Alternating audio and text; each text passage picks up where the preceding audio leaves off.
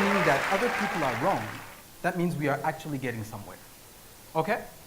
So, let's try to answer some of the questions we brought up. First thing, what is the common seed that the whole of humanity came from?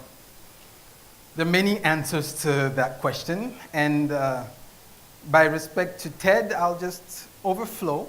Some people say that the seed that we all come from is unique, was never begotten and never begotten.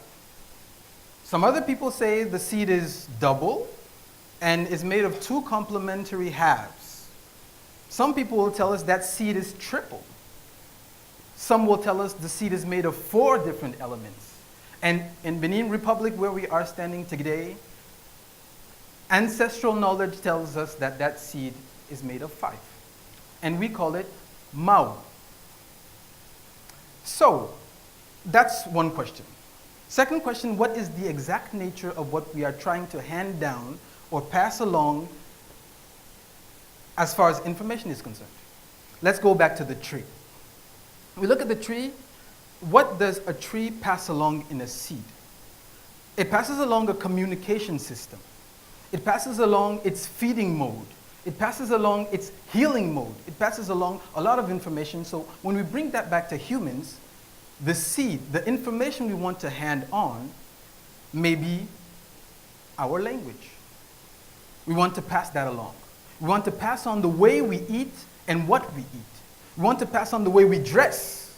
We want to pass on the way we build architecture, like the tree passes on information on how its bark is supposed to be built to the seed. So we can put all this in a nutshell and call it culture. So when applied to human beings, what we want the most to pass along, it might be our culture. Now, as announced, the trickiest question of the day, what is the seed that we want to bear as humans? We can take a glance back at the tree. The tree works together, the different parts of the tree work together to bear fruit, right? And so that means different organs with different functions and different properties work together to bring out a unique and harmonious result. So we could say that this intelligent, interdependent action is the fruit that we want to harvest. And as far as humanity is concerned, I could call that peace. So peace is the fruit that we should be all looking to bear. Now, one last interesting thing about trees is that trees harvest information in their environment. A tree will pass along through the seed to the next generation of trees information on the temperature, information on external attacks, information on water abundance or scarcity, and so on. Why? So the next generation of trees can better face the challenges that they are supposed to face. So that question brings back to us. What information are we going to pass along to the next generation? The tree improves the intrinsic ability of next generations to face their challenges. So what are we going to do to improve what we are receiving and hand down a better legacy, an enriched genetic code for the next human beings that will walk on this earth?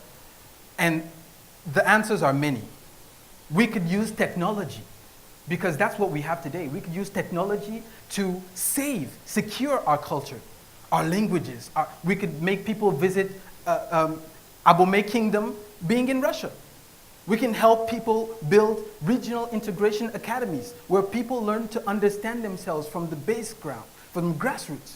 We could do a lot of stuff, but it is our responsibility to improve what we received to get where we have to get for the next generation. So let me close by saying that in the big tree of humanity, diversity is a blessing.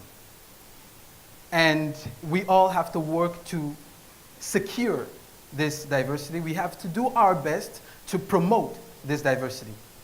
I am Akosude Horace Kougniazondé, and my innermost belief is that we are the generation that will create Mujiza. Mujiza is the Swahili word for miracle. When you do something that people don't think easy, they call it an exploit.